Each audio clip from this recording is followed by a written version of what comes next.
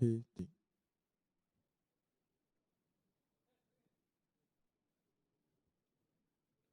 Satu, dua. Hei, cek. Satu.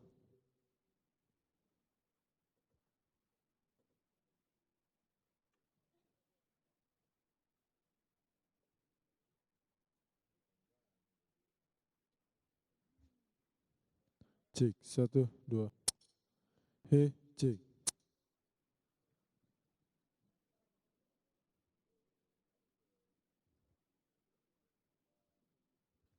Cek. Hei.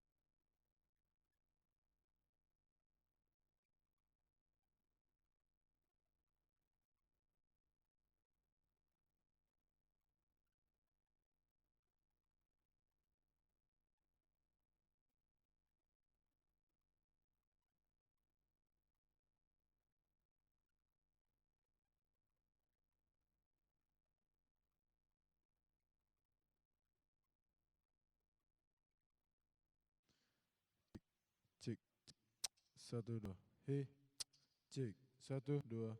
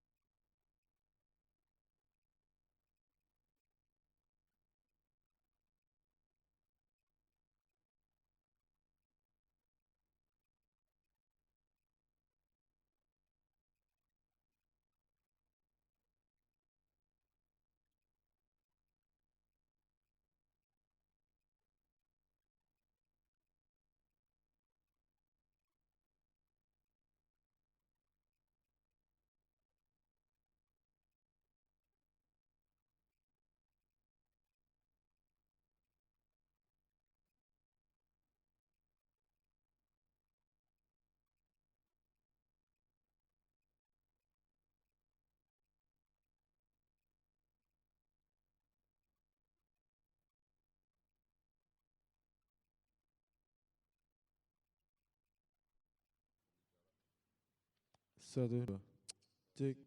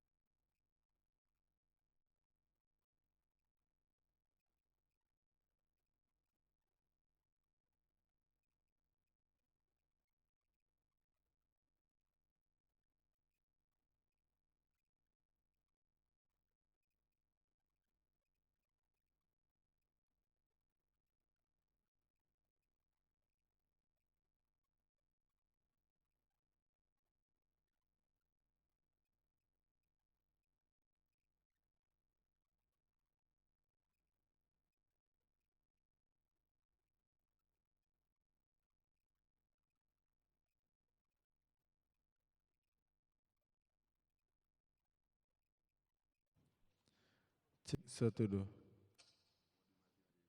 cek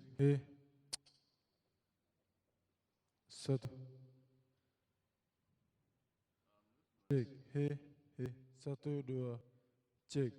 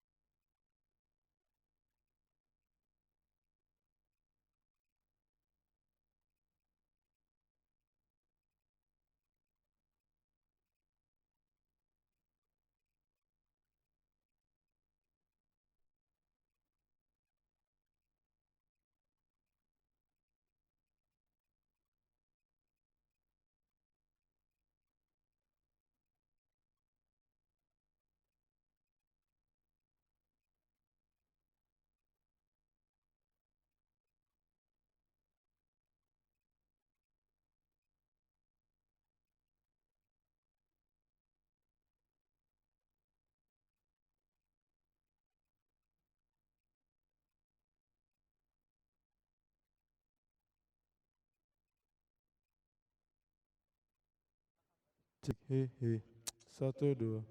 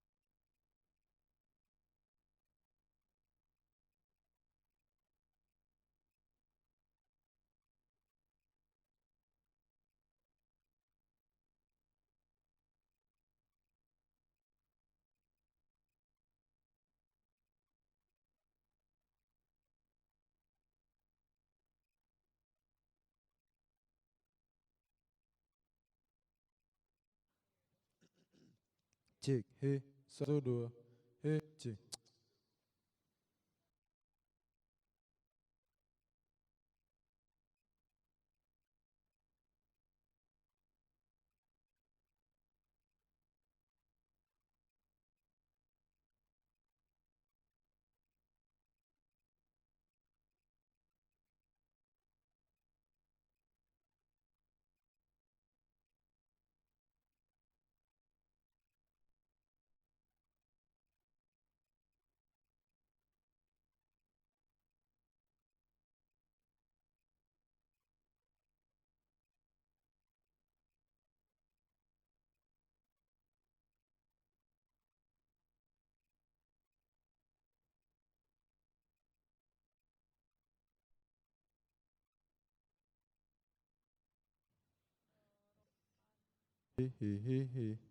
satu dua,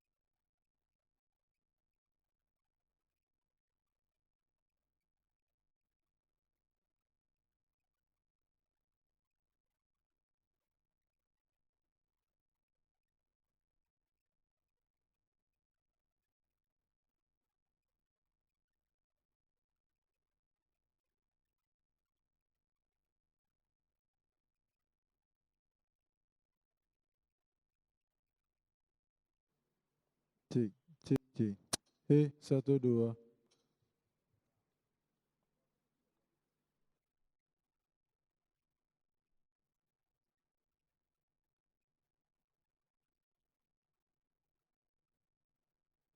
Satu, dua. He,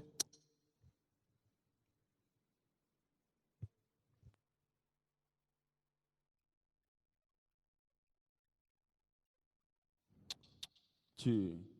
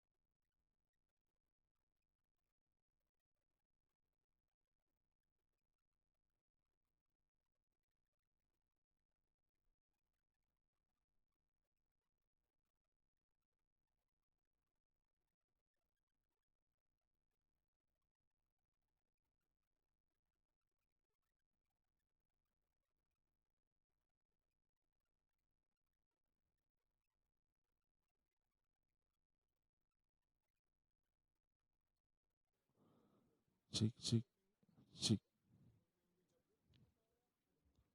Nyok, nyok. Dicek dulu nyok yang MC sama yang dicek dulu yang MC sama yang apa? Speaker satu, speaker dua, speaker tiga. cek, cek.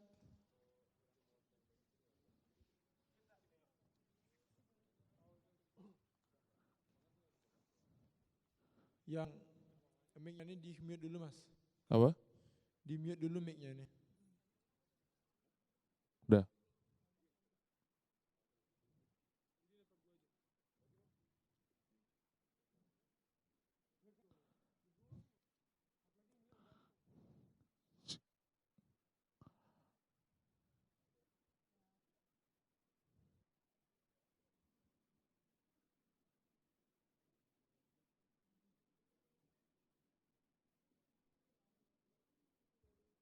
Oh, oh, oh.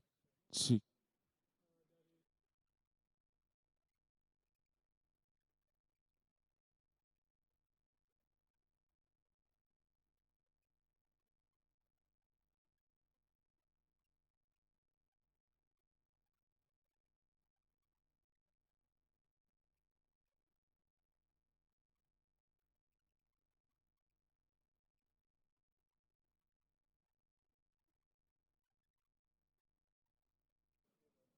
Coba ngomong.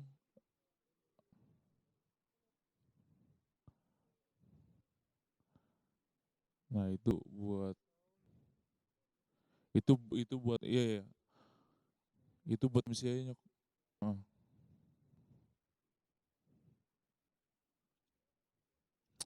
Cek, cek, cek. Ya setelah itu nomor 2 mas, buka mas. Oke. Cek, cek, cek. Nah itu buat speaker yang sebelah MC itu. Yang barusan.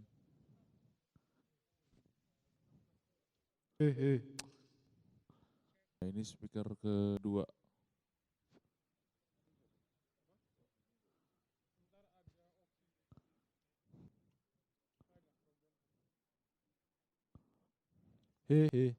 Cek. Speaker 3.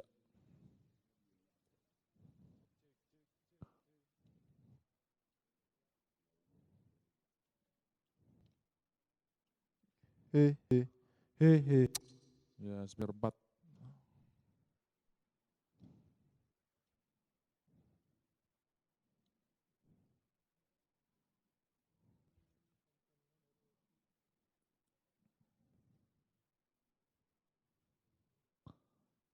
Satu lagi ada.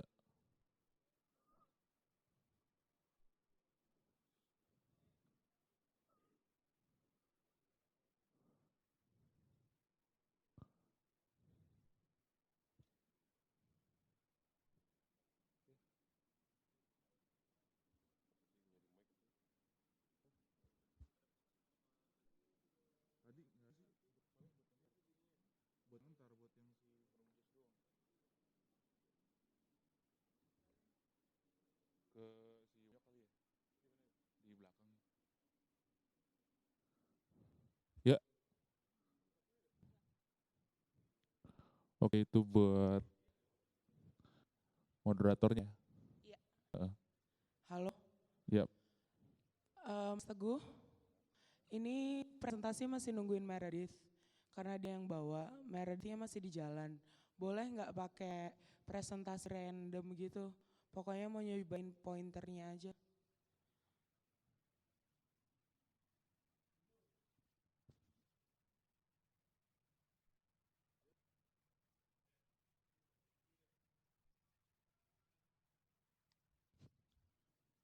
Caca, Caca udah ngecek di Dropbox belum? Udah dimasukin sama Meredith atau Dan belum presentasinya? di di Ditualin mul di yang di ISS ya oke. Iya coba dicek. Tapi ini mau di forwardin sama Meredith.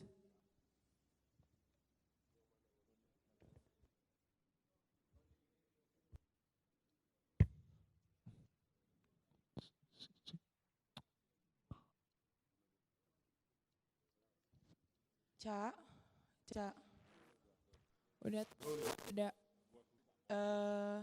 udah dikirim sama Meredith juga emailnya. emailnya kemana? Email gua. Oke. Thanks.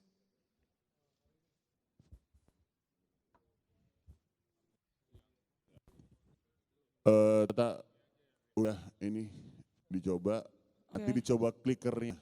Namanya clicker bukan pointer ya. Oke. Ini ada tombol buat nyalainnya enggak kan ya? Enggak, langsung aja. Udah? Udah, Oke, bentar ya. nggak apa, coba terus aja.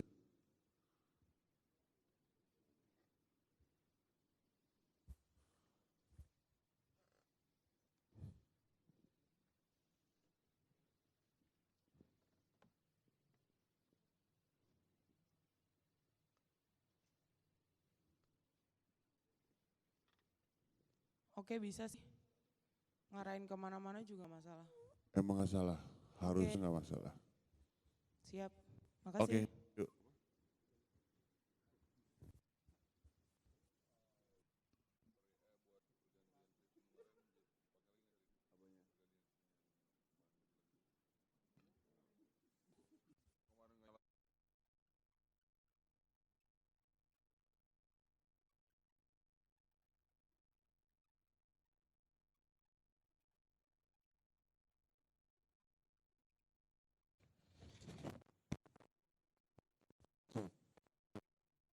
Cek, cek, satu, dua.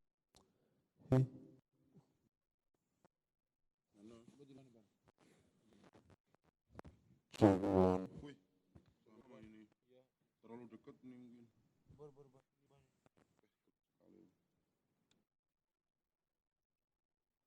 Pokoknya dua ini rubah biar biar aman. Ini sudah aman semua ini semua udah aman. Sekarang dua ini aja jangan sampai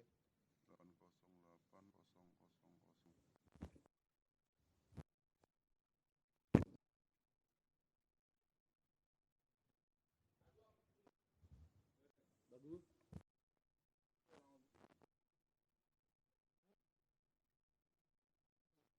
Cik, cik, cik. Ah, coba lagi Cak. Nggak ada sinyalnya.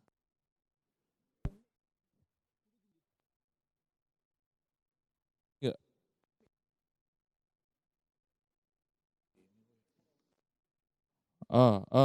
Coba tak.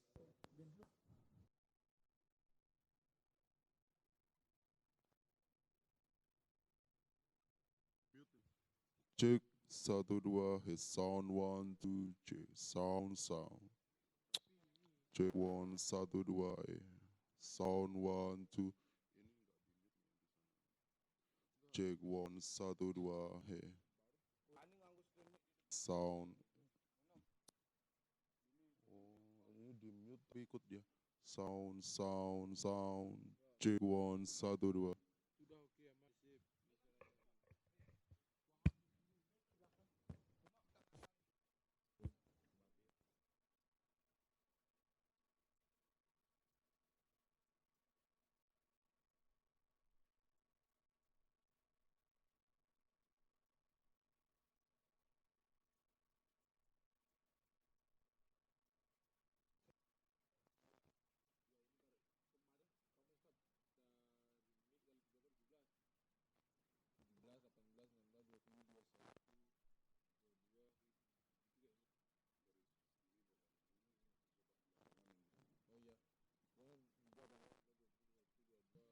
Cik.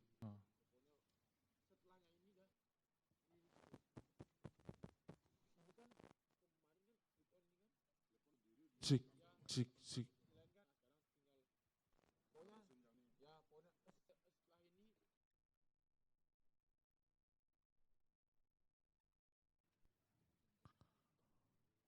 Mas Bonyok. Mana tuh orang?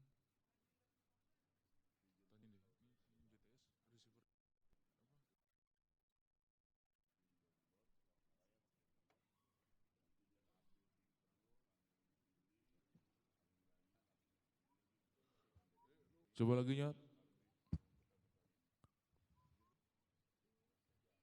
Bonyok. Coba lagi. cek 1 2 hehe cek So, cek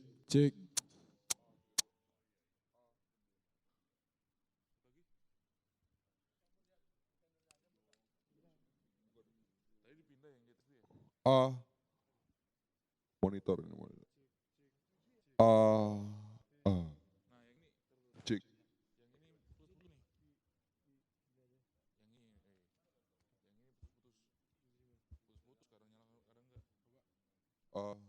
A tes 1 2 A he lo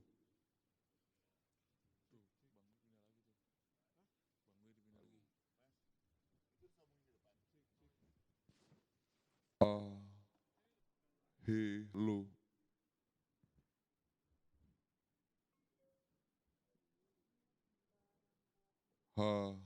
halo sound 1 2 1.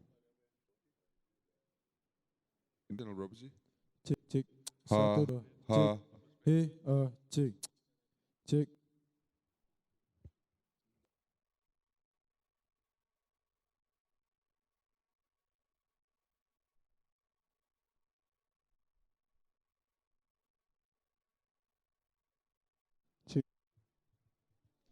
cek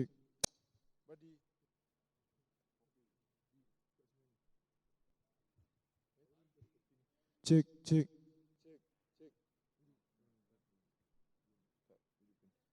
1 2 cek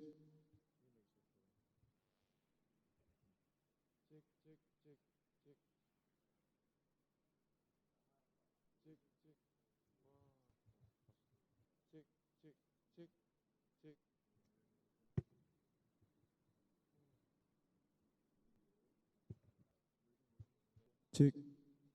Sudah ada lagi tambahan 2.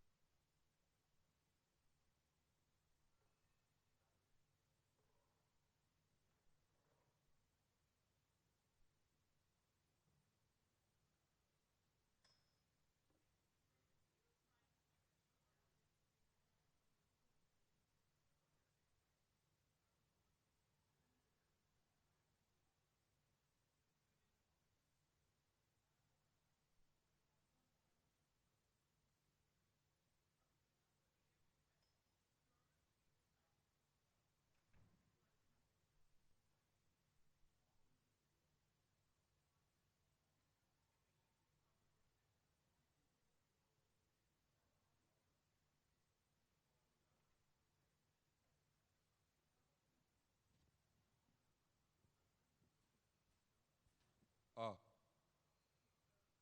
MC. Moderator.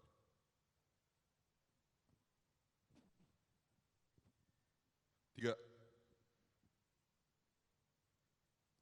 3, mic ketiga. A. Cek. Dari Oh. awal. Mic 2. Operator. Moderator.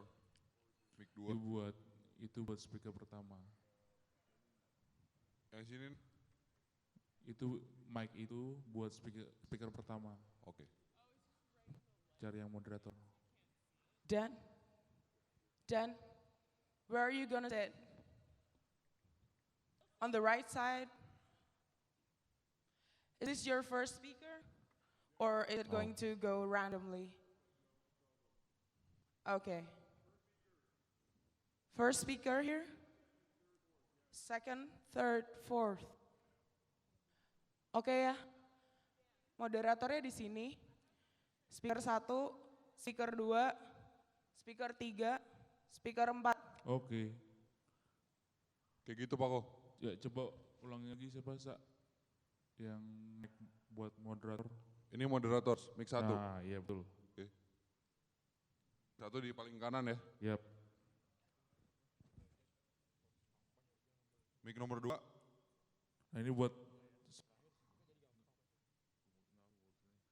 Ya coba. Mic nomor 2. Ya ini. Speaker pertama.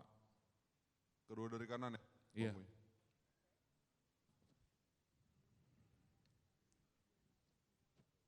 Mic nomor 3. Betul. Di tengah.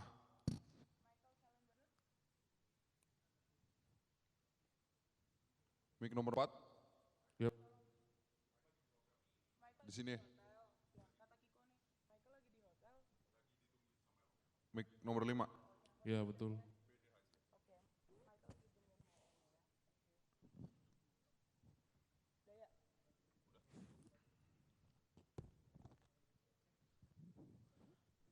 Halo, itu timer emang bentuknya kayak layar komputer aja ya? Oke.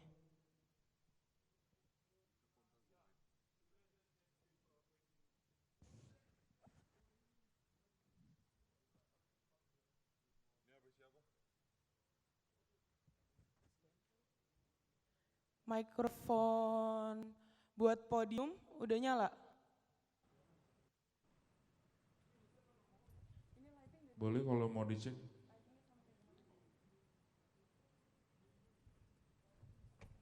Cek, cek, cek, cek. Thank you. Sama-sama.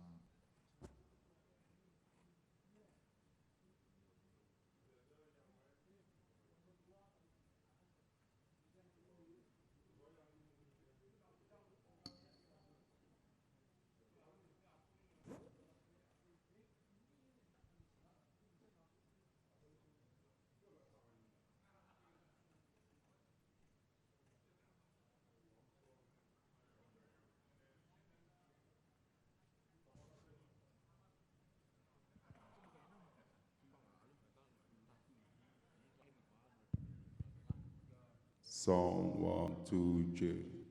Check one, satu dua, sound check. 1, 2, yeah, sound one. 1, 2, check. Caca, Caca, lihat grup program. Itu slide-nya jangan lupa yang udah diedit sama Pipeh sama Bella ya. Judulnya yang ada RVS-nya. Download lagi di Dropbox. Udah kok, gue pakainya yang itu. Udah ada logo Chevronnya ya. Udah. Thank you. Yo, sama-sama.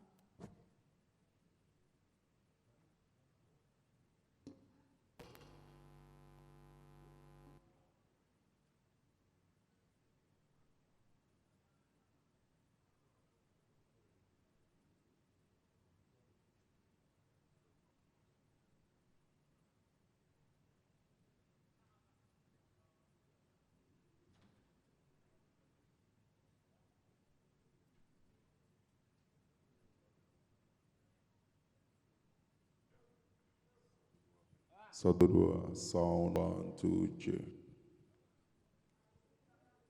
Satu dua, sound.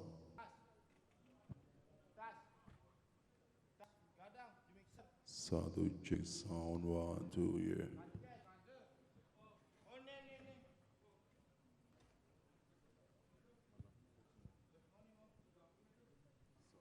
Sound.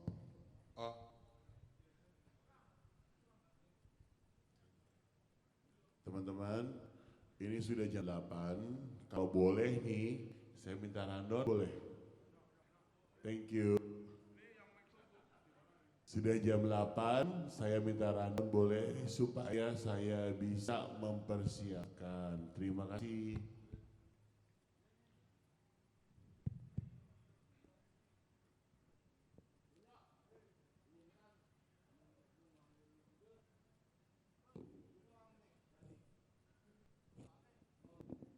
Saya minta rundown sama siapa ya?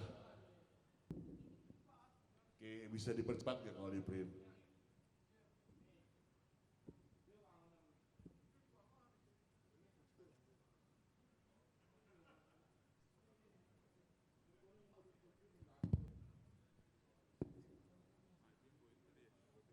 Oh.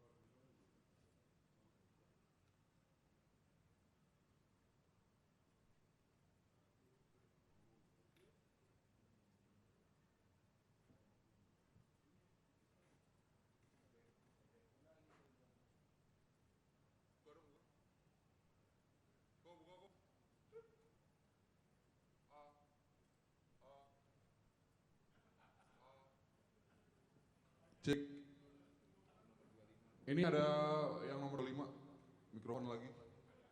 Coba.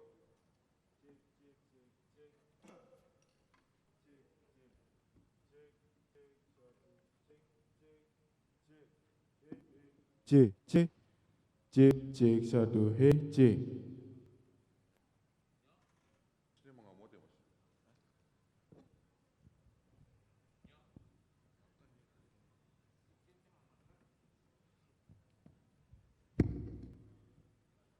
Cek.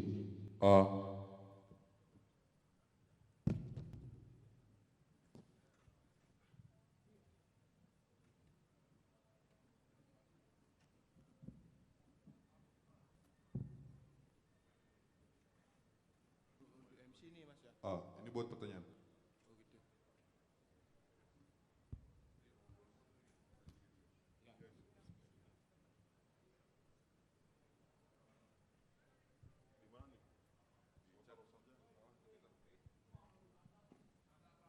Sound, 1, 2, check.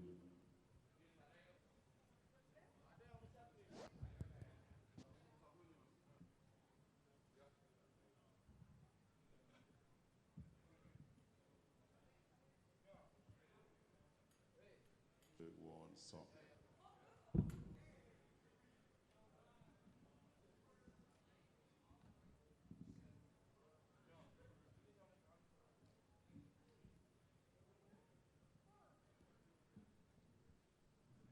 Check.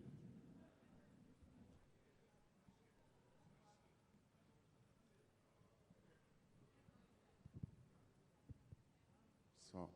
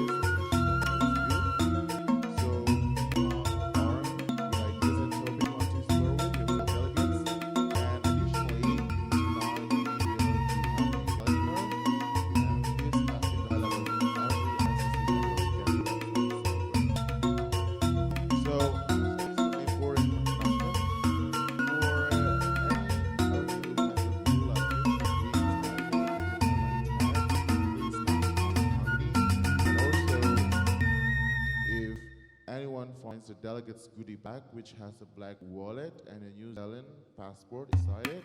Please kindly contact the committee. So, we also have a great news for any of you who has an interest in hosting 27th Summit of the International Student Summit. The strategy will have the bid info session at lunch. It will happen at Legion Room 7 on the second floor. So if any of you are interested, just stop in and join the session. And for those of you who have Friday prayers there's a designated prayer room for you located on this floor of the convention center near the garden doors and restrooms. The Friday prayer room is called Kintamani Room. So if you have difficulty finding it, please ask a volunteer or any committee to assist you. And don't forget to be part of the online conversation on social media with the hashtag ISIS2015. So, today we are kicking off the conference with a panel on the changing dynamics of fossil fuels in global energy system. As you all know, and as we all know, fossil fuels are currently the dominant share of the globe's energy system, so understanding their role is very important for having a holistic grasp on the energy system. So, I'd like to welcome our moderator, Dan, to the stage. Dan is a longtime volunteer of Student Energy and was a key member of 2009 ISIS planning team. Dan works in electricity markets in Canada. And without further ado, please join me in welcoming Dan and our distinguished speakers up on stage.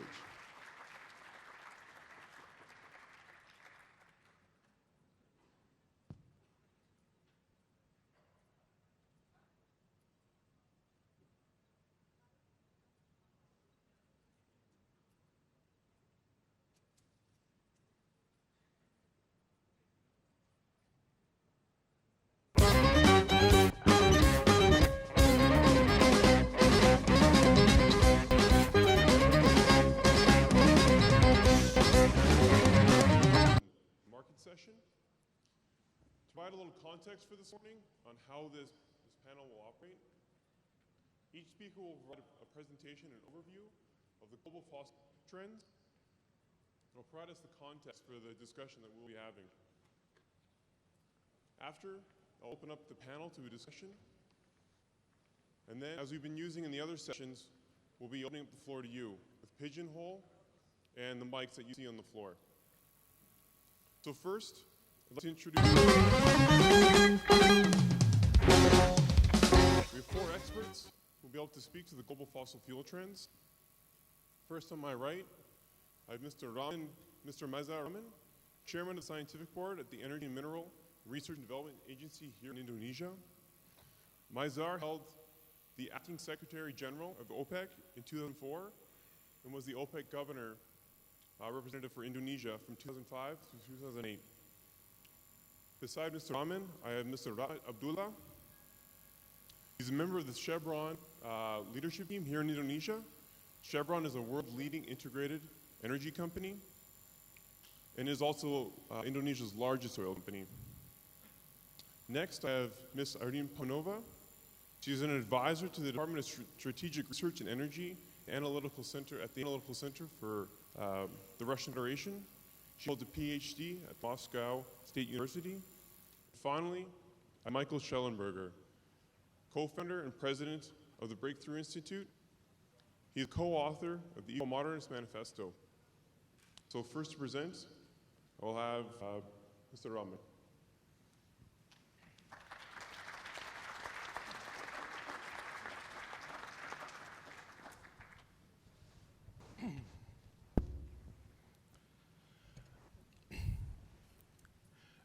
Dear students, ladies and gentlemen, very good morning.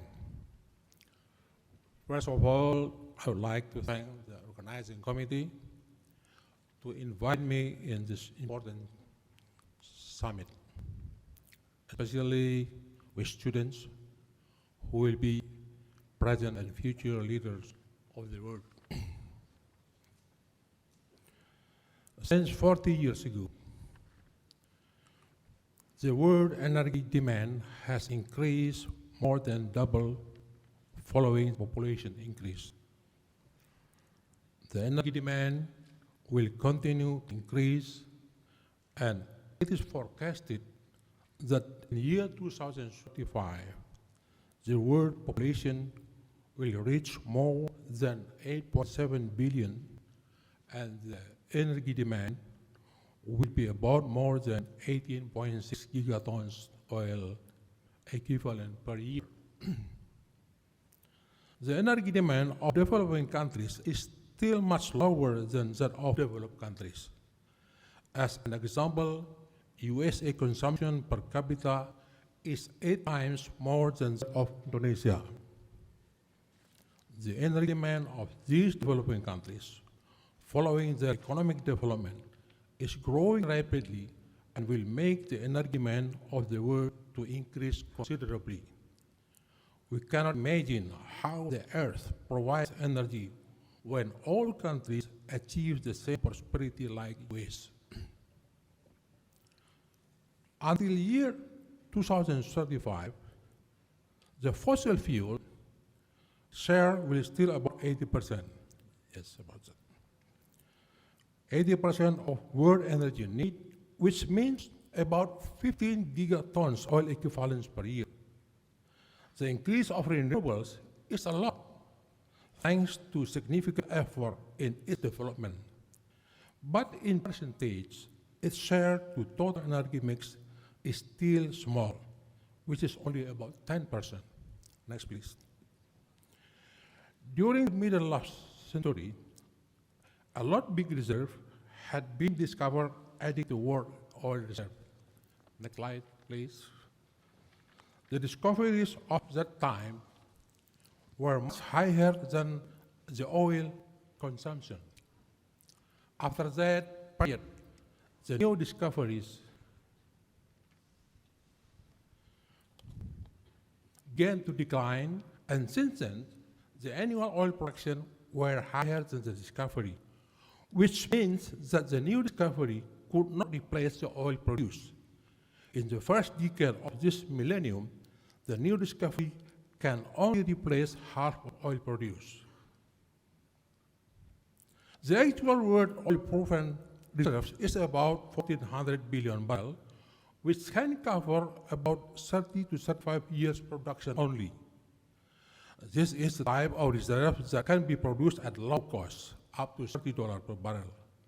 However, other oil reserves exist, the production of which can be done at higher cost. In year 2030, oil import from importing regions increased significantly. For example, China will need to import about 12.5 million barrels a day, bigger than the European Union. Other Asia, Japan, Korea, etc., including Indonesia, will be the biggest importers, about 25 million barrels a day. If at that time the production capacity is tight, there will be a competition between importing countries to secure their importing resources. Before 1973, the oil price was previously fixed by the Seven Sisters at about $2 per barrel. After that, the very dynamic history of oil prices started from Arab-Israeli war. In year 1973, after the war, the OPEC countries took the role of price administration. The price then raised to about $12 per barrel. After the Iran Revolution and followed by Iran-Iraq war, the price continued to increase to 36 barrels in 1980. Over this $100 more in 2013 dollar. This high price triggered the opening of oil fields in non-OPEC regions, the use of alternative energy as well as the efficient use of energy. The increasing production volume from non-OPEC countries then made the prices collapse in 1986, and the OPEC price system was no more applicable because this organization was no more able to control the price. The price then dictated by the market forces. Due to the oil price, which more than sufficient, until the beginning of 21st century, the price fluctuated only around $20 per barrel. In years 2002-2008, the price continuously rose due to high demand and tight supply and mixed with geopolitics and activity of future market. Then the price collapsed in 2008 due to global financial crisis and then increased again. In 2011, the Libya crisis made the price to jump again to about $110 per barrel. Since year 2009 to year 2014, world oil demand has increased by about 8 million barrels a day. This demand increase has been fulfilled by production increase from OPEC producers, mainly by USA, which production increase come mainly from shale oil. The situation does not give opportunity to OPEC to increase its quota. In year 2014, the world oil production has surplus of about 1 million barrels a day, and OPEC did not cut its quota, which brought down the price to about $40 per barrel, or 60% lower. Many analysts say that until 2020, the price will only increase gradually to about $70 per barrel. However, when the world economy improves, which make higher demand of oil, the surplus from US shale could be absorbed by the market and the price could increase more significantly if OPEC maintains its low quota. From the oil price behavior during the last 40 years, we can see that although non-fundamentals make high price fluctuation, it does not stay long. The fundamental factors create more determinant and longer influences to the price. So, the future oil price will depend mainly to the development of oil demand, which is in turn affected by the development of world economy growth and the supply capacity as well as the production costs. Thank you.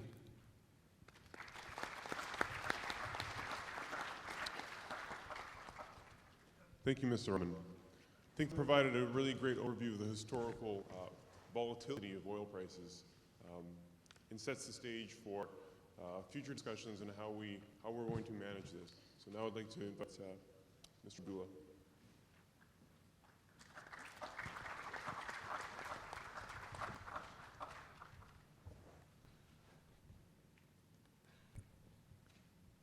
Students, panelists, moderator, good morning.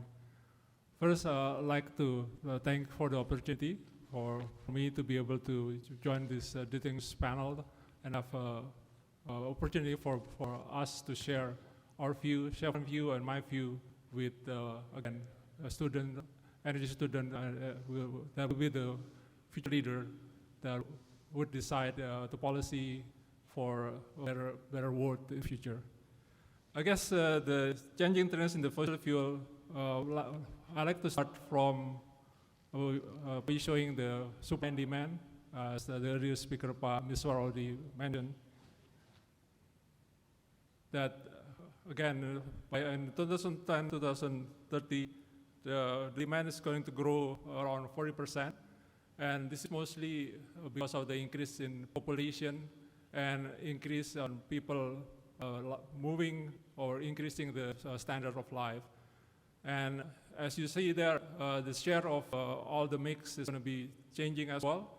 Fossil fuel is going to be still the determining supplier for the energy. But again, the increase in renewables is going to be increased as well. And although with the increase of the renewables, but I think the dominant supply for the energy is still going to be the fossil fuel. But again, the key is try to find the right balance between the technology to develop the right low carbon fossil fuel, and as well moving into the right technology for renewables. I guess what's going to be the determining factor as well is going to be the crude oil price. Mr. War also mentioned about that, and I think just witnessing for what happened in the last couple of months, oil price basically dropped from above $100 to now the level of $50 to $60, and that's going to impact as well the supply and demand picture in the future, because the high crude oil price benefit of development of renewable, and then the development of other oil and gas as well, and that's going to be the key factor of moving forward and the trends of development of the fossil fuel. This is just showing how the events, because the events going to be driving the increase in the price, and then that's going to also factor on the development of the supply, and definitely going to factor on the demand as well. I just like to highlight a few of this that probably a lot of us have witnessed in a couple of months. Is there's going to be impact on like the stability in the Middle East, like Iraq production, if disrupted, that's going to increase in production, increase in price, sorry. And I think a lot of us have been aware as well on development in the US shale revolution. And then that's going to provide a new opportunity, fossil fuel, new supply. And but again, the impact of slowing down of that is going to also impact on the price. And for the impact on decrease in price, again, this is something that to do with the Iranian sanctions are lifted, that's going to provide more supply, and that's going to impact the crude oil price as well. So there are many factors, and now we're seeing that there's an impact of slowing down in the U.S. shale, and we're seeing an increase in crude oil price now, probably stabilize around to $60 to $70, and Mr. also mentioned that in the future, if there's going to be further development, that's going to increase the price in the future. And then just to highlight perhaps the U.S. shale revolution, is this phenomenon going to be worldwide, or is this going to be only in the U.S.? I think based on Chevron experience, Chevron has been actively trying to develop shale. We're active in Europe, we were active in Australia, Asia, as well in Africa, try to develop shale, and in the US. But it's proven that the energy renaissance that happened in the US is probably not easily duplicated, because I guess the condition in the US were right. I think a lot of people know about the US geology, and they're all available experts there. And I think what the major factor of development in the U.S. is innovation or new technologies. Improvement technology that's going to bring down the cost, and that's why we have the big U.S. shale revolution.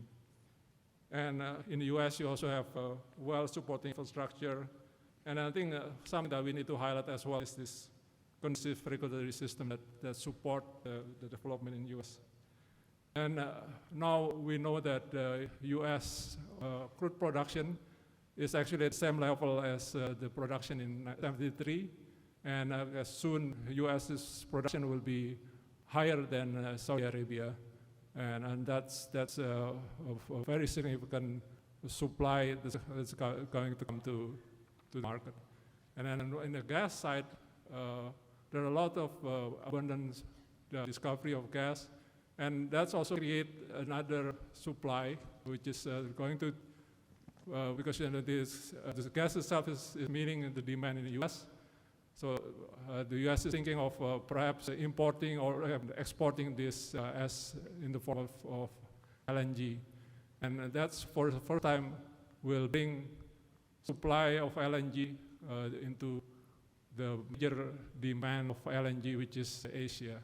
And I think we're talking about perhaps doubling the capacity of worldwide LNG coming from the US, and that's provide another source of supply. And I think the trend, in our view, is basically moving toward gas, with the availability of abundant supply coming from US shale gas and into the form of LNG, and also help the fulfilling the energy demand in Asia. So I think just to summarize this, we believe that the trend going forward, natural gas has an important role to play moving forward. I think we all know that fossil fuels still perhaps the dominant energy supply that's going to support the economic growth. And we all know that the growth of the economy itself is because of increasing population and improving the living standard. And then the natural gas is also half CO2 intense compared to the dominant fossil fuel for power generation. And again, new technology will improve as well as production and also the natural gas supply, which is in the form of LNG. And as you can see from the chart there on the right, natural gas is efficient as far as the energy generation, and also cost-wise is also efficient. No doubt that in the future, renewable solar, for example, will bring down the cost, and that's going to be an option bring down the cost, and there's going to be an option to meet also the energy requirement. But then, if we're looking into 20 years down the road, the fossil fuels still play a bigger role. But renewable will be there as well.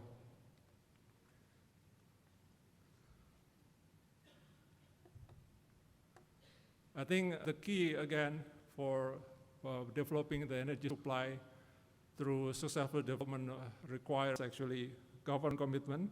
It's essential, definitely, to develop the right policies. And I think there's going to be a requirement of private sector partnership and government to develop this the project together with the government. And then also important for us is the proper balance between, again, providing the supply for economic growth, but again, at the same time, on the economic and environment protection. And on the right, that's a depiction of the two FEU's facilities. This is Chevron Indonesia Deepwater Development, that's in Kalimantan. And this is a mega project for Chevron in the range of 10 to 14 billion US dollar. And this is something that we're working with the government to bring this. And this is going to provide domestic supply, or partially provide domestic supply for Indonesia. And I think we're talking about perhaps be able to meet up to 1 BCF per day production coming from this facility. I think in closing, I'd just like to share a quote from our chairman, this Mr. John Watson. This is something that he expressed in the conference, that I guess there's no country or no company that can do it alone. It's going to take all of us working together on innovative solution to safely and reliably develop affordable energy the world needs, again, to maintain our living standard and to grow those in developing countries. Oh, thank you for the opportunity.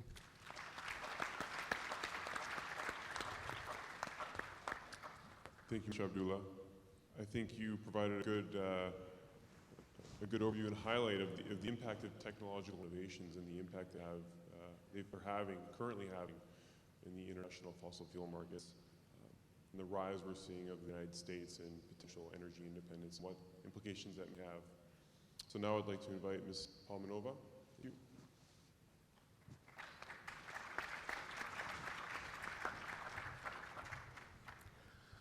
Good morning, dear colleagues, dear students. First of all, I'd like to thank the organizing committee for this bright, interesting, and I think very important event. I'm more than glad to be here today with you and to share some views. But I'd like to stress that these are only my views, not the views of Analytical Center for the government on a whole. I'd like to approach the subject of our today's discussion from the prism of Russian role and Russian vision of the future of energy.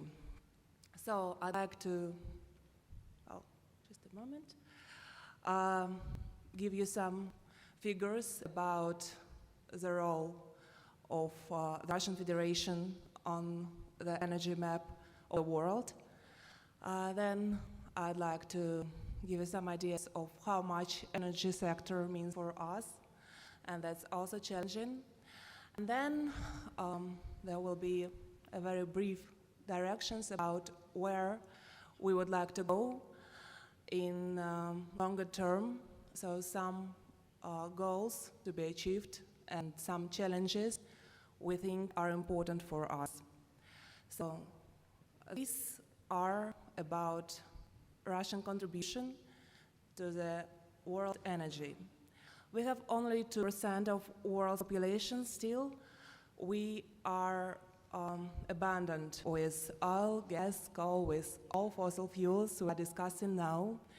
And actually, we are the leading producing nation in terms of energy and fossil fuels as a whole. We produce about 10% of world energy. And in terms of consumption, it's only about 6%. And that leads us to the position of leading exporter of energy and fossil fuels. Our share in world energy export, mainly of course, these are fossil fuels, is over 12%. These are figures,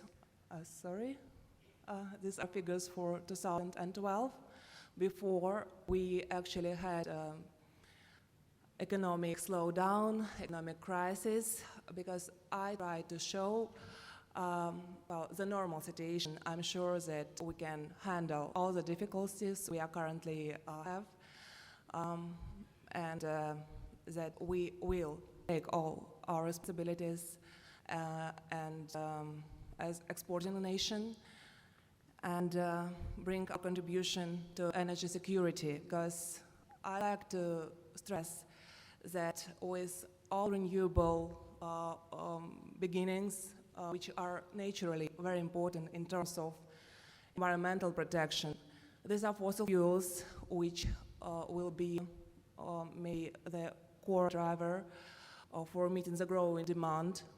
And it is important for not only our own national energy security, but also for energy security of the world, for us to be stable in terms of investment, in terms of our production level, because in terms of, it'll be difficult economic situation. The levels of production, the growth of our production of gas and oil are slowing at the moment. Then I'd like to give some figures about how important energy is for us. We have energy-based economic system, and energy brings us primarily oil and gas, but mostly mostly oil revenues brings us about 50% of our GDP, and it's about 30% of our GDP and about 50% of our budget revenues, These are large figures, and we have seen price trends. So these low oil prices is the most important challenge for us in short term, in medium term, even more important than economic sanctions we are suffering at the moment. So I'd like to give some ideas where we would like to go. As I mentioned, our strategic vision is quite important, not only for us, but for the energy system as a whole. According to our national law, we have long-term energy planning, we have energy strategy, and we have to revise it every 5 years. So we did last year, but in terms of current situation, we couldn't accept it. At the moment, it is still under consideration in our government. But what is new? We used to regard energy as core sector, as, well, a main element of our economic system, but we would like to move on, and we would like this sector to give us opportunities to become innovative. So this is a main shift in our long-term vision, and I think that we will accept this kind of strategy. From resource-based to resource-innovative economic system. What it means for us, this strategic vision in terms of external policy, because of course, when it comes to the role of fossil fuels, well, I think our policy is more interesting for you in terms of external dimension. What we see here, more modest prospect for energy demand growth, because when we were elaborating this strategy, we saw a slowdown after the crisis. Then, of course, we expect the growth of demand in developing nations and, of course, in Asia. We see new energy producers to come, and that is the core challenge for us on external dimension. So we, of course, expect more competition, and we understand that we should be more efficient, not only in terms of internal production, internal situation, but also we should be more competitive, more efficient on external markets. That's what we expect. That's actually what we see as important challenges to overcome and to take in consideration. I'd like to stress once again, it's not an accepted strategy, it is a discussion, but I don't think that these common trends would be changed greatly. We expect that, yes, there would be maybe slowdown in the growth of fossil fuel demand, but we would like to make a stress on our gas exports. We would like to see it growing because our focus suggests that our oil exports might be lower than now. So this is a challenge. We are going to shift to gas export more. And of course, you know that there are some large and huge projects in the east of the country, and the deal with China is, I think, one of the brightest examples here that we have recently observed. Still, even in longer term, we have our traditional markets like Europe, like CIS countries. Exports there will be quite stable. Up to 2035, we expect it could be 95% as these exports are now. So we would like to develop our Asian dimension, our Eastern dimension, but still we will like to support our traditional markets as well. Despite of the current situation, I think that we can handle this all. Then it's not about just geographical diversification. As I mentioned, we're going to develop innovative sectors for economics. So it's about petrochemical industry, it's about more value-added products to be produced, to be exported. That is our also very important challenge for us. And then we think that all this could be achieved with more collaboration, with more dialogue. So despite how difficult the situation is now, we see some positive trends, and we hope that with these dialogues, with maybe even events like this, we can understand each other better and bring more stability in terms of energy security, in terms of environmental protection, to the growing demand to our energy future. Thank you very much.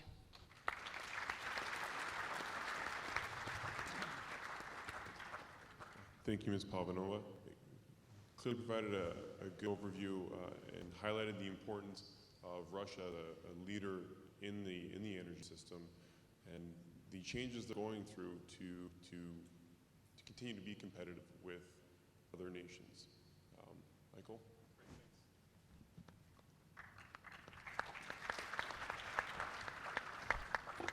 Thank you, everybody. I'd just like to start by thanking Hillman and Kelly and the organizing committee for ISIS for inviting me here. I've been here since Sunday, and Indonesians are like the nicest people I've ever met, so thank you very much for your hospitality. It's really impressive. My name is Michael Schellenberger. I'm from the Breakthrough Institute. We're a small think tank in Oakland, California. We're funded by charitable philanthropies. We accept no energy industry funding, which keeps us small but allows us to come to some rather unorthodox findings, the ones that we think are correct. We've done a series of reports over the last couple of years on future energy demand, on the transition from coal to natural gas, and on the importance of energy technology innovation in dealing with climate change and other environmental issues. So the first thing everybody probably already knows is that natural gas is just a whole lot better than coal for human health and the environment. Our staff pulled all the peer-reviewed scientific research papers over the last 20 years looking at every health and environmental measure, and not only was natural gas better than coal, it was often better at an order of magnitude. It was mentioned earlier that natural gas has about half the carbon of coal, but that's just the least of it. I mean, it's the only fossil fuel that you can burn without some sort of a control system in your home, in your kitchen. It's really efficient when it's piped into homes, and it's for that reason that so many countries are moving away from coal to natural gas. Obviously, the United States is in the middle of a massive technological change, switching from coal to natural gas. You can see here, these are the different estimates between the year 2002 and 2013 of just how much shale gas we had. Pretty consistent trend. I don't know what they were smoking in 2011. They got a little over exuberant, but nonetheless, the trend lines are all in the same direction. And I think what's important to see here is that really nobody saw it coming, even in as late as 2006. Nobody really had any sense and of course, they knew that there was a lot of shale, and they knew there was a lot of oil and gas in the shales. They just didn't know that people would be able to get out so cost effectively. And I should add as well that the oil from shale was also not considered something that would be viable economically. In fact, in part because the higher density of the oil is harder to get out of the shale. That's obviously changed, and it's basically disrupted OPEC and really changed the global landscape. How did that happen? Well, we did a study and we interviewed all the key people who were involved in creating the shale revolution in the United States. It was actually the result of a 30-year effort by the United States government and a Texas entrepreneur named George Mitchell. In fact, it was other entrepreneurs as well, but I think what's important to emphasize here is that it's not just fracking. We'll talk about fracking. That's just one of 3 important technologies.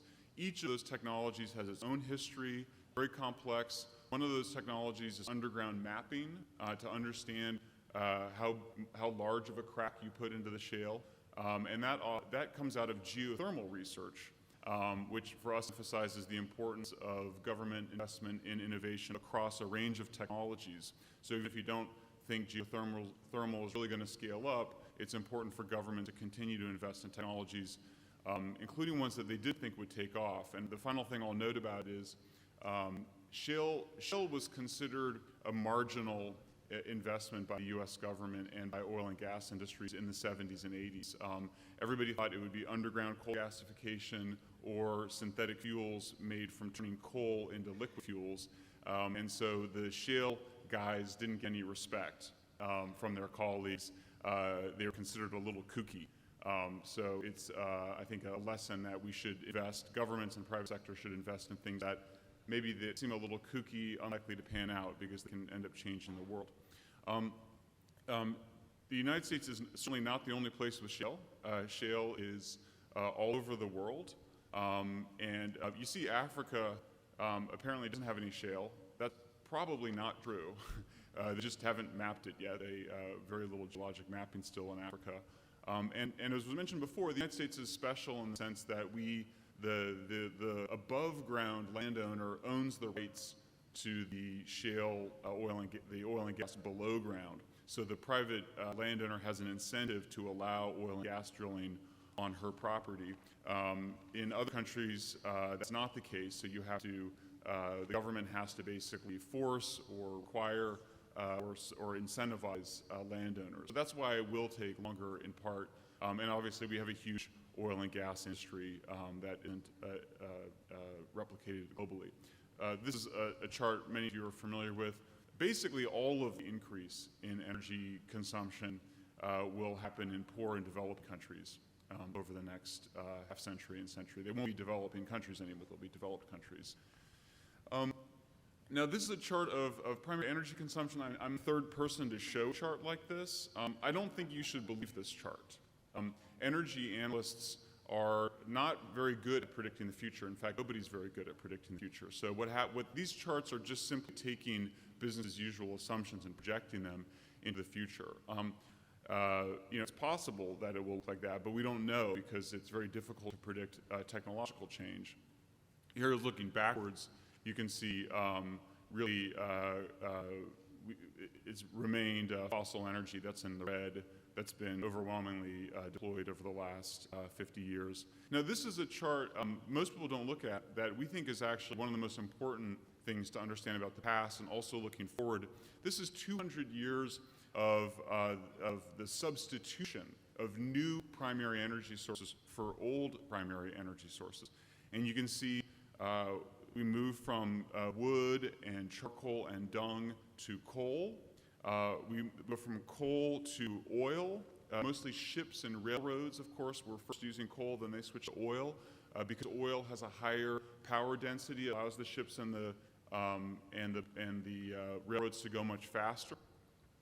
We also go from coal and oil to natural gas, both in industry and homes for electricity generation and industry. And you can see a transition as well to nuclear and non-hydro renewables. We can talk more about nuclear and renewables. I think that people are mistakenly writing off nuclear because of Fukushima. In fact, nuclear is went from 0 to 8% of primary energy in only a couple of decades. It's declined a bit, but it is a zero carbon, energy dense source. And I would just note that in the 18th century, Britain, 18th really and 19th century, Britain was the world's leading economic power. It pioneered the use of coal. In the 20th century, the United States was the world's leading economic power. It pioneered the use of oil and natural gas. And in the 21st century, China is very obviously going to be the global economic power, and it is developing advanced nuclear technologies, including 2 that can't melt down, and 1 right now that has a safety feature that would prevent all of the nuclear accidents to date that have occurred. So it's not hard to imagine nuclear playing a very significant role in the 21st century and role in reducing the percentage of coal, oil, and natural gas in the energy mix. Renewables is a little bit trickier. It's not clear that either solar and wind are substitutes in that they can't generate power as baseload sources. Solar with batteries could be disruptive, though right now it's very expensive still. And hydro, of course, being a very important baseload source for poor countries, the amount it can scale is quite limited. You can see here the way to look at that substitution in the United States between coal and natural gas. What to remember is that this coal to natural gas has been a net economic benefit in the United States. Just the natural gas revolution has contributed $100 billion to the U.S. economy in the form of lower energy prices every year. That doesn't count the benefit of oil coming from shales, which is probably around another $100 billion. This is an environmentally positive move from coal to natural gas. I would just note that it's occurring in the United States without making coal more expensive. It's occurring without a carbon tax. It's occurring without a regulatory system. That's not to say that we shouldn't have any of those things, but it is to say that the main driver of environmental quality and improving the environment and action on climate change is technological change. Here's another way to look at U.S. emissions, which have gone down faster in the United States than in any other country in the world over the last few years. Some of my friends say, well, Michael, what about all the coal that we're sending to other countries? We're not using that coal. What about the coal we're sending abroad? In fact, we're leaving that coal in the ground. So it's a direct substitution, just like when we went from whale oil to kerosene. We didn't send whale oil abroad. We just stopped using whales, which is allowed the whales to be saved. So I'll just conclude by saying that one of the priorities for people who care about the environment should be to take the shale revolution global. The chart on the right is probably one you're familiar with as well. It just shows that in every energy transition, it's not a strict substitution. We actually increase the amount of energy we use with each substitution. So if we want to take the shale revolution global, we need to understand dealing with the environment in the framework of energy transitions. Wood to coal, coal to oil and natural gas to nuclear, and possibly solar. We have to recognize that we live on a high energy planet. We're not going to all massively reduce how much energy we use in order to protect the environment. That international cooperation is essential in helping nations unlock their natural gas. The United States has been collaborating with China. There's other countries that are collaborating to unlock their shale. We have a lot of expertise that we want to share, that we should share and will share. And similarly, on nuclear renewables, the US, China, and India have some very exciting partnerships happening. So our view is that when you think about climate change, think about energy transitions, think about energy innovation and international cooperation. And I think some of you may have this flyer on your, I'd just like to point you to, we wrote a little manifesto with 18 of the world's leading environmental scholars and scientists. And on the back is the article in the New York Times about the manifesto. You may want to read the whole manifesto. You can download it. It's a very short read. But at least on the back, you'll see that this is a manifesto that lays out a plan, a vision, and a strategy to achieve both higher environmental quality, action on climate change, as well as human development in the 21st century. Thank you very much.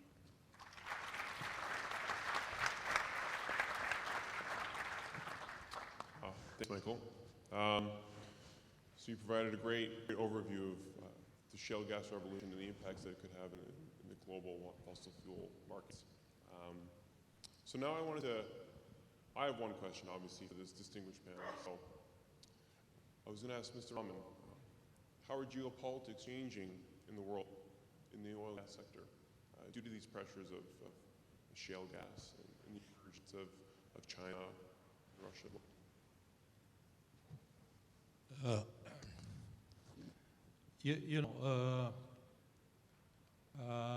Regarding U.S. first, yeah. The U.S. will be net exporter. I think it is not like that because it is predicted that in the year 2020, the U.S. still has import about 7 million per day. Of course, it is lower than year 2005, about 12.5 million barrels a day.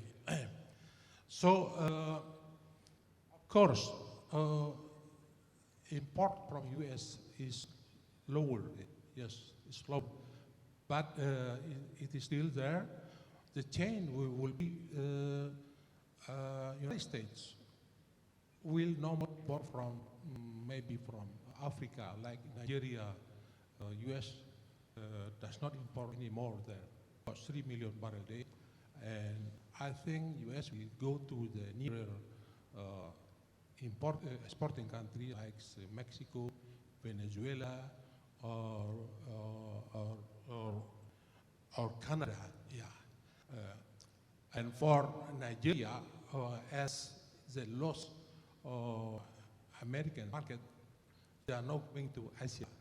I think this will be the chain. Also, as mentioned, Russia is now also going to Asia to replace export to Europe. I think like that. Would anyone else like to comment?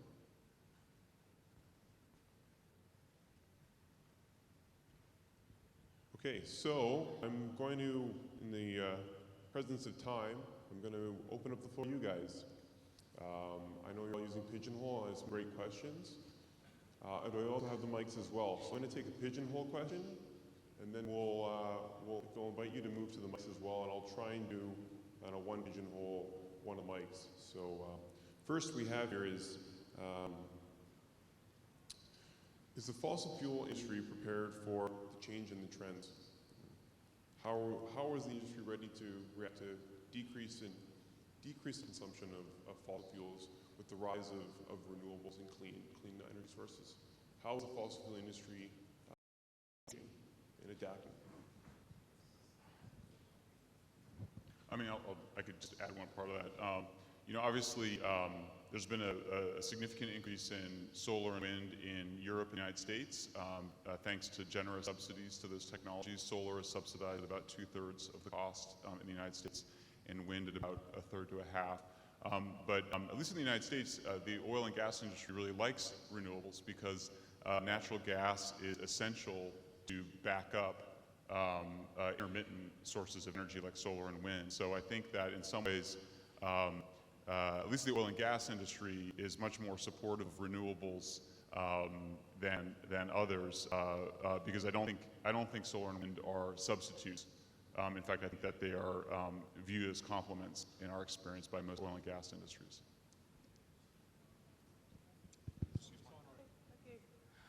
Well, what can I add here is, as I've already showed, we are expecting growing role of gas.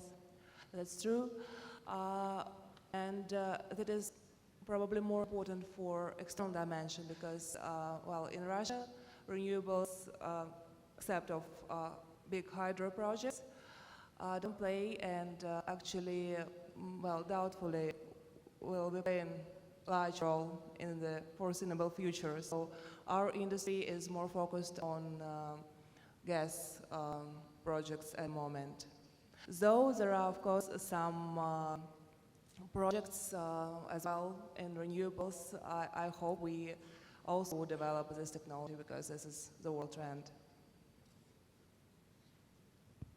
I think the way oil and gas industry is also adapting to these changes is actually by being more efficient.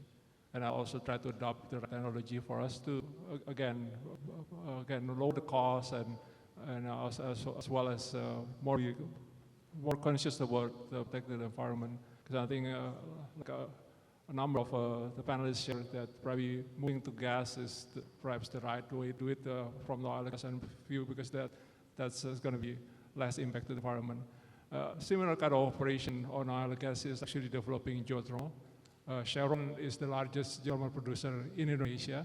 So we're moving towards the geothermal and try to balance between, development and finding the right supply with the right balance between supplying the growth as well as protecting the environment. So we're moving into geothermal in big ways in Indonesia. So that's one way to balance that for oil and gas industry.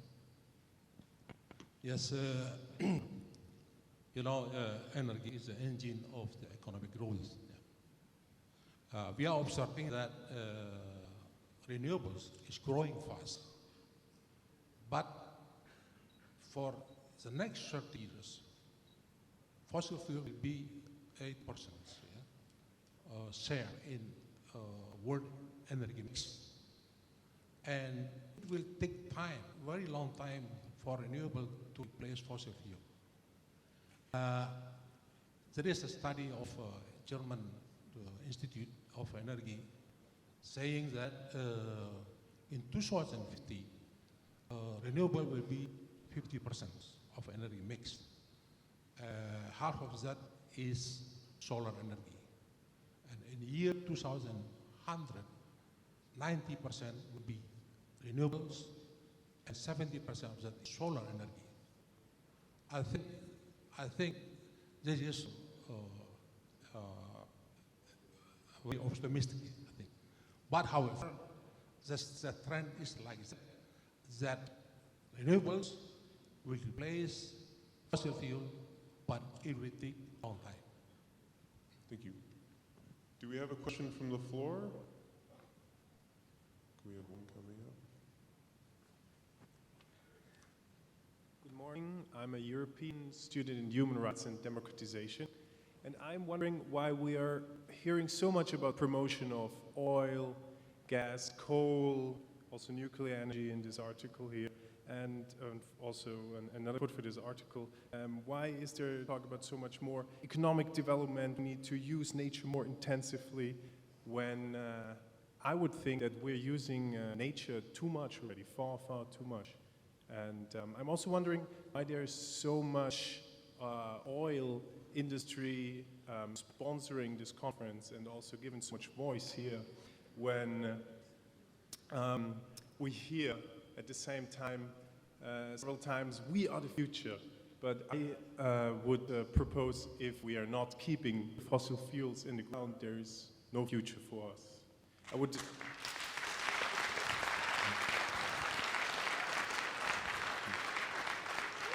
So I would really appreciate the comment from all of the panel. Thank you. Yeah, I mean, I agree. I think that I think it'd be great for the future conferences to have a wider set of sponsors. We're sponsored only by charitable philanthropy, so it doesn't apply to us. But I mean, I think I agree with most of what you said. Probably we don't agree about nuclear. The broad trend in human history is towards moving away from using more energy to using less. So, for example, when you use wood, whole forests are destroyed. The United States and Europe, its forests have come back. You know why? You know why the United States has been reforesting for 100 years? It's because we don't use wood for energy anymore in the United States and Europe. I spent the last few days here, interviewing subsistence farmers around Indonesia who rely on wood for their primary source of energy. And they would agree with you. They want to use less nature too. So the key is energy transitions. You got to move away from wood to other forms of energy. Generally, in poor countries, they go coal, hydroelectric dams. These are very simple, cheap forms of energy. In richer countries, we should move away from coal to natural gas and nuclear and solar if it can become cheap. I think the model that Germany's pursuing is not really a model for any other part in the world. I mean, Germany is the richest country in the world.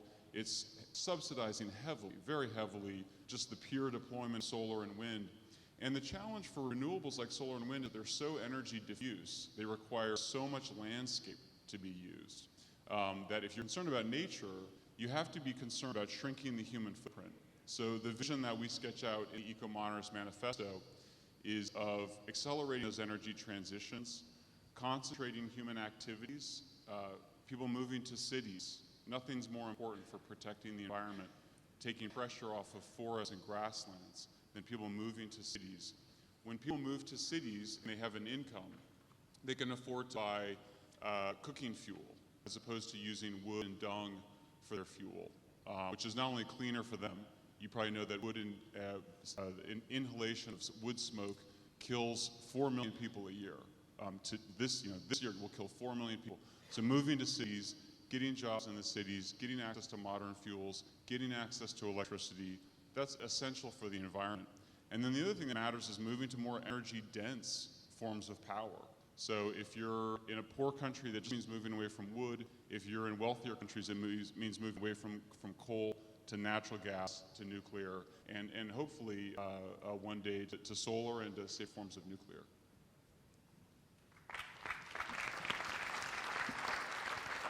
Would anyone else have a comment?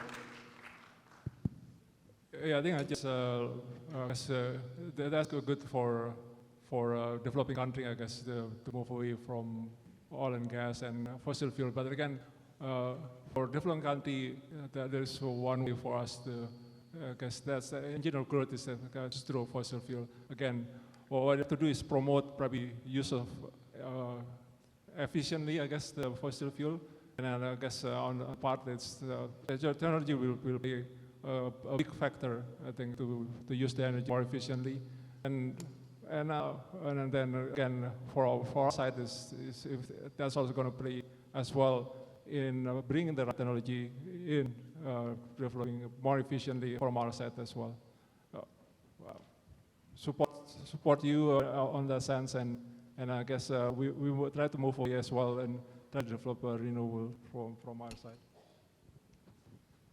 Just a few comments to add, because much is already said. Well, I think that it's a very difficult choice for developing nations where the growing demand comes to choose between environment, economic growth, and poverty. And that is why I think today, of course, we should maybe improve our international cooperation to bring technologies, to take more responsibilities from developing countries, but they already do so. But for developing nations, I think it would be maybe very difficult just to deny these fossil fuels, because energy is vital for their development. And that is probably the only way to go to develop, to bring more wealth to their nations. That is why. Okay, as you know, the huge quantity of carbon emission is released mainly by developed countries. The emission of low-income countries are very much lower than developed countries. For example, US oil consumption per capita 10 times bigger than Indonesia. However, USA has not ratified the Kyoto Protocol. Canada, Japan, and Russia stated that they would not take on further Kyoto target. On the other hand, the low-income countries still need fossil fuel for their economic development. So it seems difficult for developing countries to reduce the use of fossil fuels, and the unfortunate is they are now facing expensive energy, the situation of which was not faced by developed countries in the last century. So I think the solution is cooperation between developed and developing countries. For example, clean coal technology to be transferred to developing countries at no cost or very low cost. It will help. Also, carbon capture technology should be transferred. And also subsidy for people using solar and wind energy, for example, pricing system, cross-subsidy between fossil fuel to solar. I think that's the way to go. Thank you. Thank you for your question. So we'll go back to Pigeonhole. Question we have here. I'll do one Pigeonhole and then I'll come to you. Okay, sure. We have one right here. So to the panel, what is your opinion of the statement? The world is running out of economic oil instead of running out of oil itself. I think, as we all know, when you drop from $100 to $40, then a lot of this capital constraint will happen, will affect the project itself. That happened nowadays. This is, again, all the oil industry or big companies are looking to do prioritization. But once we come out of the prioritization, we'll be more efficient, more lean, and then if the oil price improves, then the economic oil with the more efficient development is going to be there again. So that's correct. I think it's all going to be driven by the crude oil price. I think with the current level, or lower than the current level, there's going to be shortage because as we all know, easy oil is no longer there, and the further development is going to be higher crude price, but higher crude price will help also the development of renewables, because that way there's sort of a balance or transition, if you will, between fossil fuel into renewables, and the transition will require a bit higher crude oil price. And I think nowadays the industry is experiencing privatization. We'll come out probably better, and in the future we will be able to develop the project more efficiently, and then with higher price, there's going to be a smooth transition as well into probably the future choice of the fuel, which is renewable. I guess to add to that, my question would be, have we reached the peak of oil production? Look, I mean, you have to understand, energy transitions happen when the new energy technology that comes along is better and cheaper than the older one, period. There's no exception to that. So we're not running out of coal. We're not switching to natural gas in the United States because we're in coal. And we're not going to run out of oil and gas. We're going to move to cleaner, cheaper, better sources of energy. So if you care about oil and gas, as the gentleman that just spoke did, you want to move away from oil and gas, then the only thing that matters is developing transportation sector, mostly transportation sector, that runs on either electricity or hydrogen. Nobody knows whether it'll be hydrogen or electricity. There's debate about that. But that means that you want to accelerate innovation and development to pull new energy sources into it, but we're not going to run out of those sources. So it's really about accelerating the development of the alternatives. I would also note, though, You know, for example, Germany has been, it could have phased out its coal, it decided to phase out nuclear. It's actually been expanding its coal a bit in recent years. It's also been burning wood and using biofuels. Moving away from fossil fuels to biofuels is an environmental disaster. And if you know, look at the effect of palm oil production in Indonesia and Malaysia, it's had a devastating impact on rainforests and the orangutans. Indonesians need the need economic development, so I don't mean to say that they're bad people or anything for doing that. But moving away from petroleum to corn, finally the environmental movement in the United States and in parts of Europe has come out against the use of expanded biomass and biofuels. But you've got to move to energy sources that are lower carbon and have smaller land footprint if it's going to make a difference environmentally. Sure. Thank you. I'll move to the floor here. Okay, thank you for the opportunity. My name is Dia and I'm studying Sustainable Energy and Environment and I'm from Indonesia. My question is, what government has done to support the renewable energy to increase production? And the second one is, can the world economy survive without fossil fuels? Thank you. Who would like to take that question? Can you repeat the question? Sure, can you just clarify the question just one more time? The first question is, what government has done to support the renewable energy to increase the production? And the second one is, can the world economy survive without fossil fuels? Is it what has government done to support renewables? Yes. Okay, I can take a crack at that. I mean, the first thing to remember is that the word renewables is really misleading. There's really four main renewables, really three. Hydroelectric dams, solar, a couple of different kinds, wind, geothermal, and tidal. And geothermal and tidal are both very, very low. They're all completely different. So I think this thing of lumping them all together is a mistake. Poor countries build hydroelectric dams like Ethiopia is doing, like many countries in Africa or Latin America are doing, in order for their populations to develop, move away from wood. It's zero carbon, but has huge land use impacts, including the resettlement of villages. Often it's somewhat subsidized, but hydropower tends to be very, very cheap. Solar panels are one of the most expensive forms of energy. They're highly intermittent. In Germany, they produce power about 12% of the time. Wind is a lot cheaper, but has similar problems with intermittency and a large land footprint. What governments in Europe and the United States have done is that they've subsidized wind and solar. They've subsidized mostly their deployment. And as a longtime advocate of those policies, I've changed my mind a bit. I think that what governments have done is they've subsidized the deployment of those technologies. What they need to be doing is subsidizing the innovation of better technologies. When we have energy transitions, it's because the new technology becomes better, cheaper, superior to the old one. And that happens through technological change.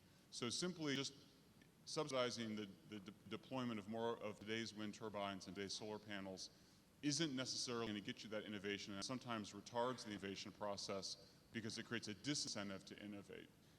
So I think the soundbite of that is governments have been subsidizing renewables through deployment, and they should be subsidizing renewables and nuclear and electric cars and fuel cell cars, subsidizing the innovation. Thank you. So to touch on that, we have a similar question from Pigeonhole that has to do with, sorry, go ahead. Just like to highlight that actually in Indonesia itself, we have government has been aggressive in trying to promote renewable. I believe the president has provided instruction, I guess in 2025 there's going to be energy mix that have a higher renewable percentage there. And I think last year also the government amended the geothermal law. This is to provide more opportunity in the development of geothermal.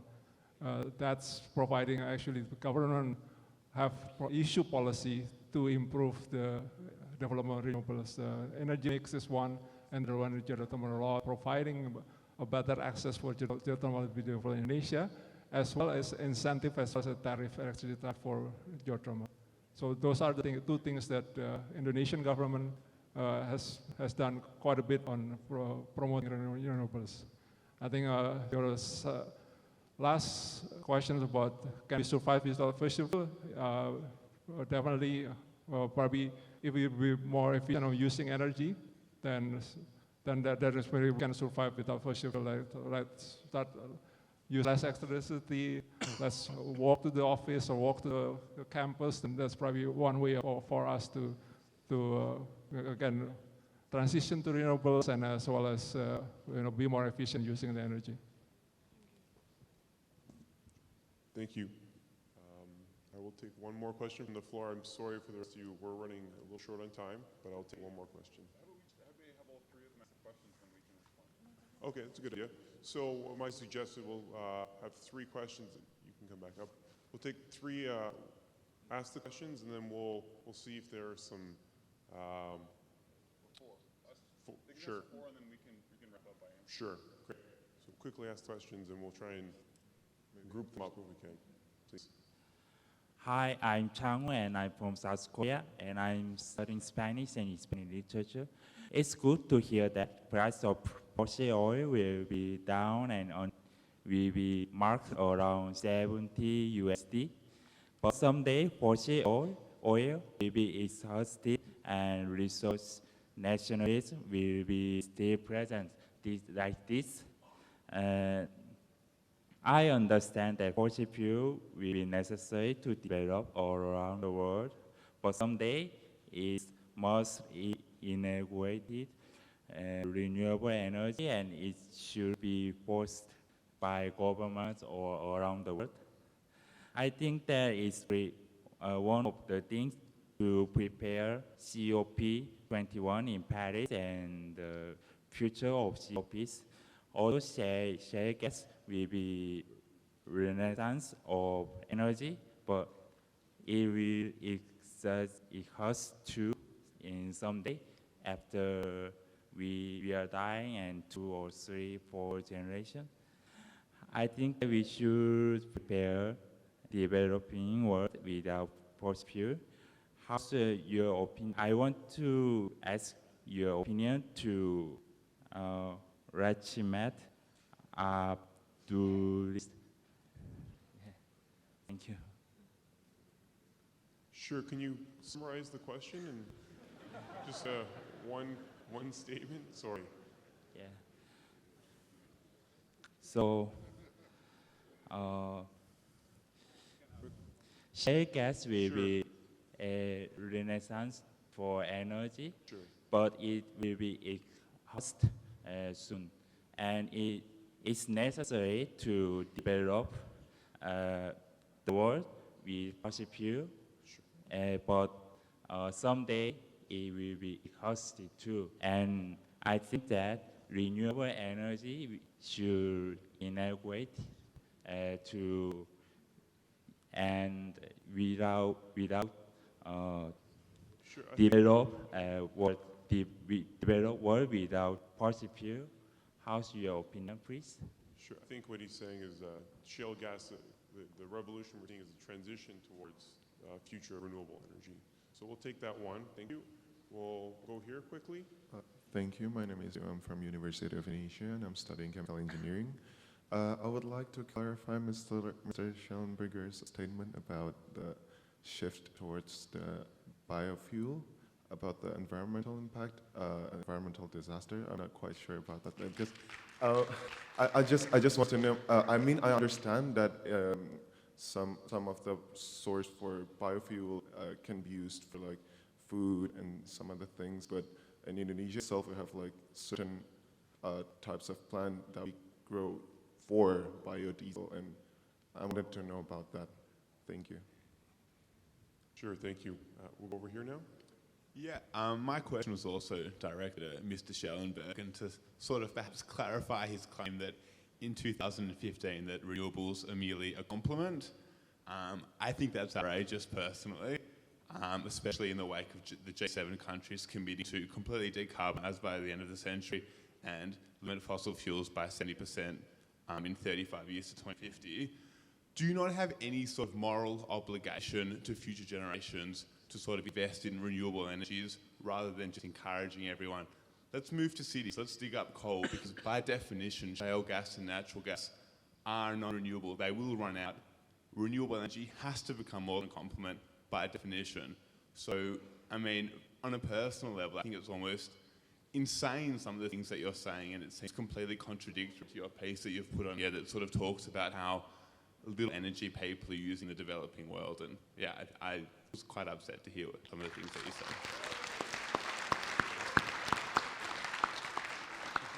The final question will come here. Hi, my name is Exuperius Tax. I'm from the University of Dundee. My question is, what's behind the transformation of oil majors into gas majors? Traditionally, gas is hard to market, and other aspects of the downstream part have hindered the development of natural gas. But other than the carbon footprint, the smaller carbon footprint that it compared to coal and oil, what's behind this surge in natural gas technology, production, development overall? Thank you. Thank you. Since they were directed, a couple were directed to me, maybe I could go first. Is that okay? Answer my question. Yeah. So on the first issue, biomass and biofuels, I don't really think there's much of a controversy about this anymore in the scientific community. So even the World Resources Institute, which is one of the biggest environmental think tanks, had a sign-on letter with several dozen of the world's top environmental scientists saying biomass and biofuels are environmentally devastating. Why? Because it requires deforestation. It prevents, in the United States, it prevents grasslands and forests coming back and rewilding. In Indonesia, like I said, Indonesia is a poor country, it's seeking to develop, but palm oil production is having a devastating impact on orangutan habitat. I mean, that's not controversial statement. In terms of coal, Australia is one of the world's biggest coal developers. You guys have been against nuclear power, which is a direct replacement of coal, a zero carbon direct replacement of coal. You guys have been against that for 40 years. The United States, by contrast, has been moving away from coal to natural gas. Australia is not replacing its energy sector with solar or wind. Maybe we should go exchange data, but global primary energy consumption of solar last year was well below 1%. Wind was somewhere around 1.5%, and nuclear is 8%. So what's the moral basis for opposing nuclear energy? Safety, compared to all the baseload sources of energy, it's the safest. It has the smallest land footprint of any energy source by orders of magnitude. You can generate power for 3 million homes on a tiny amount of land, as opposed to using industrial monoculture agriculture, destroying grasslands, forests, or what Germany and Britain are doing when they're taking pulp from American forests, American tree farms, and burning it. It actually, as well, the biomass ends up being more carbon intensive. So if you want a realistic strategy to get to zero carbon energy by 2100, you have to embrace these energy transitions. And so maybe solar will be a part of that. Let's keep funding the R&D for solar panels and batteries. I think if you look at the history of these substitutions, nuclear is the only one that's shown the potential to fully replace fossil. Just look at Sweden, look at France, 75% of its power comes from nuclear. And your question was sort of where the gas coming from? No. Where's the revolution coming from? Why is there a transformation, especially among the majors, from being an oil major to a gas major, like acquiring more, basically oil, like Shell, how they acquired BG, they're acquiring lots of gas reserves in like East Africa or offshore Brazil. I should leave that to the gentleman from Chevron. I don't know the answer to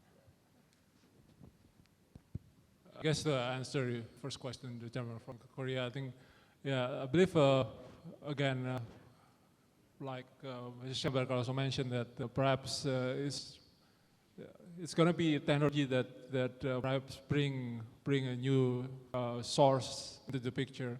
Like pollution in shale, that's definitely technology on how you produce that, and then also how you going to be more efficient bringing that. And I think, again, for that to be duplicated around the world, a lot of factors need to happen. I guess there are many of that on the list. And then I think the US has been very blessed. They have all the factors. And there's a lot of bit of opportunity that have been sought by many companies around the world. But again, sometimes geology doesn't work, and sometimes policy of the government doesn't work. So it requires all the right support actually for that development. Technology is also part of the factor. Yes. I think just to address the last question from the gentleman of why people moving from oil or what you call it, intensity to gas, again, because the easy oil is no longer there. So we're trying to mix a portfolio between gas and oil, because gas would be, compared to oil, would be much easier to develop.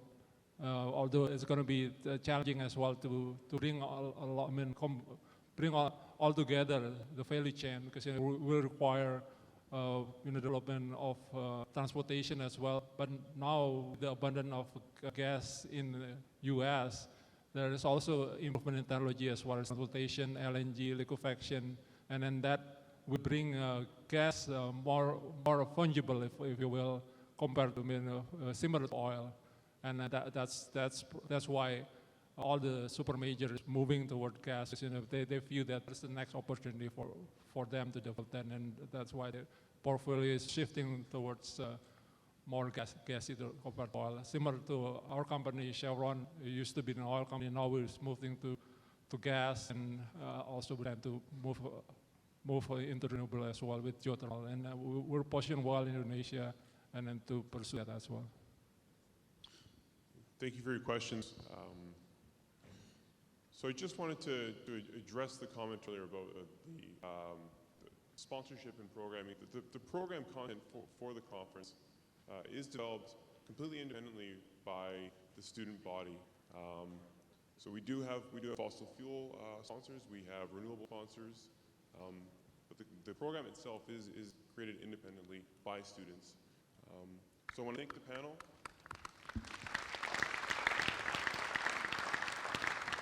I just wanted to add, I think if the gentleman, I think someone want to have more of a conversation. I think I was supposed to have, I think, a conversation at 11, so I'm happy to stick around. I'm here to have the dialogue, so would love to do that with anybody that wants to sit around and chat afterwards. Sure. Thank you.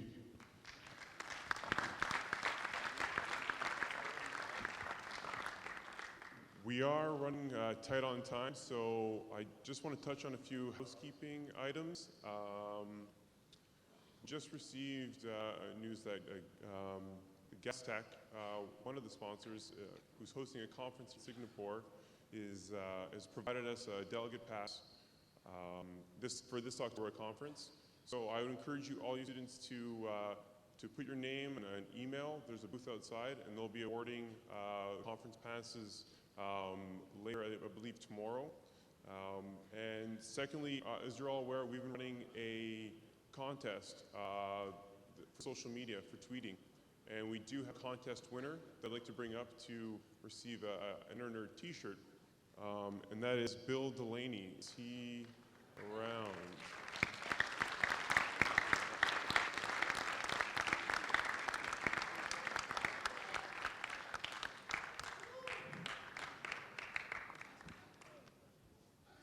Yes, sir. Wear it with pride. Thank you. You're welcome.